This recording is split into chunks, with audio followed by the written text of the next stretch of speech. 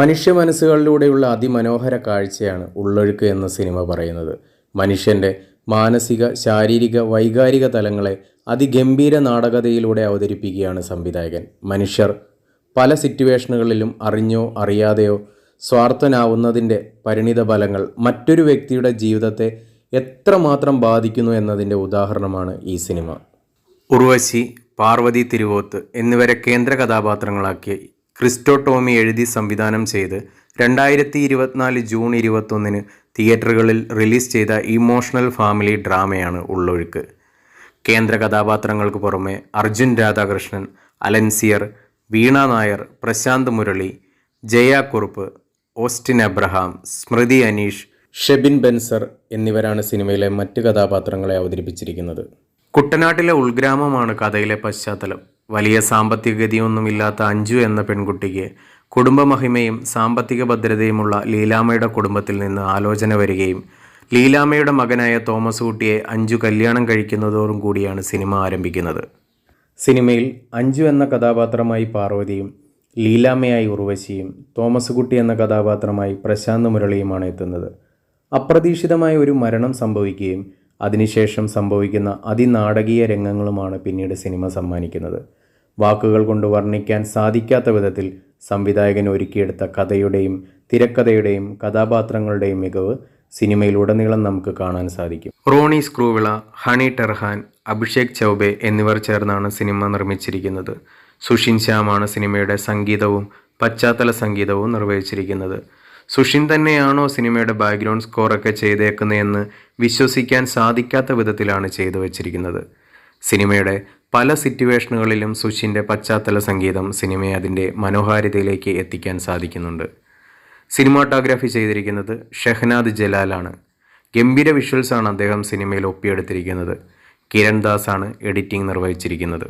സിനിമയിൽ എടുത്തു പറയേണ്ടത് പെർഫോമൻസുകളാണ്.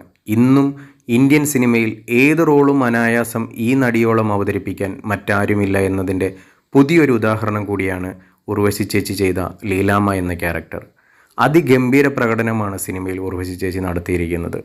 പുതുതലമുറയിലെ ഏറ്റവും മികച്ച നടിമാരിൽ ഒരാളായ പാർവതിയുടെ വൺ ഓഫ് ദ ബെസ്റ്റ് പെർഫോമൻസാണ് ഈ സിനിമയിൽ. അഞ്ജു എന്ന കഥാപാത്രമായി ജീവിക്കുകയാണ്. തോമസ് കുട്ടിയായി എത്തുന്ന പ്രശാന്ത് മുരളിയുടെയും രാജീവ് എന്ന കഥാപാത്രമായി എത്തുന്ന അർജുൻ രാധാകൃഷ്ണൻ്റെയും ജോസഫായി എത്തുന്ന അലൻസിയറിൻ്റെയും പെർഫോമൻസുകളും മികച്ചു നിൽക്കുന്നു.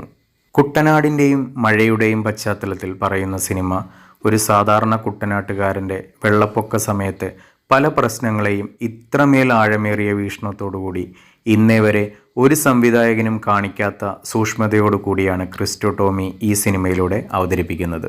ബോട്ട് നഷ്ടപ്പെടാതെ ഇരിക്കാൻ പാർവതി ധൃതി പിടിച്ച് രാവിലത്തെ ഭക്ഷണം കഴിക്കുന്ന ഒരു സീനുണ്ട് സിനിമയിൽ. അത്രയും ഒറിജിനലായാണ് ആ രംഗം അഭിനയിച്ചിരിക്കുന്നത്, അല്ല ജീവിച്ച് കാണിച്ചിരിക്കുന്നത്.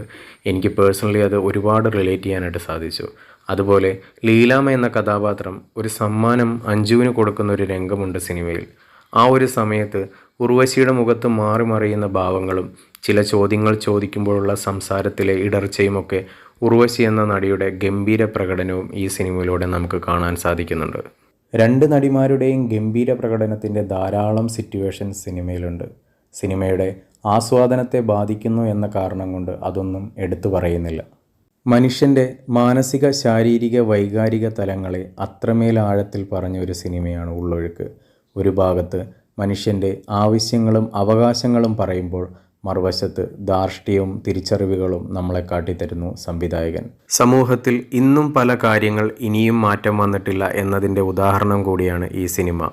തെറ്റും ശരിയും ഓരോരുത്തരിലൂടെ ചിന്തിക്കുമ്പോൾ ഓരോരുത്തർക്കും ഓരോ കാഴ്ചപ്പാടാണ് എന്നതും കൂടി പറയാതെ പറഞ്ഞു വെക്കുന്നു സംവിധായകൻ ഈ സിനിമയിലൂടെ. കുറേ നാളുകൾക്ക് ശേഷമാണ് ഇത്രമേൽ ചിന്തിപ്പിച്ചതും മനസ്സിനെ തൊട്ടതുമായ ഒരു സിനിമ കാണുന്നത്.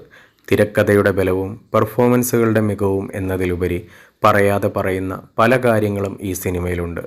കണ്ണു നിറഞ്ഞുകൊണ്ടാണ് തിയേറ്ററിൽ നിന്നിറങ്ങിയത്. ഇത്രയും മികച്ചൊരു സിനിമ സമ്മാനിച്ച ക്രിസ്റ്റോ ടോമി എന്ന സംവിധായകൻ ഭാവിയുടെ വാഗ്ദാനമാണ്. ഇനിയും ഒരുപാട് കാര്യങ്ങൾ പറയണമെന്നുണ്ട്. അത് സിനിമ കാണാൻ പോകുന്ന നിങ്ങൾ ഓരോരുത്തരുടെയും ആസ്വാദനത്തെ ബാധിക്കും എന്ന ബോധ്യമുള്ളതുകൊണ്ട് നിർത്തുന്നു. പുതിയൊരു സിനിമയുടെ വിശേഷങ്ങളുമായി അടുത്ത ദിവസം വരുന്നതുവരെ ഗുഡ് ബൈ.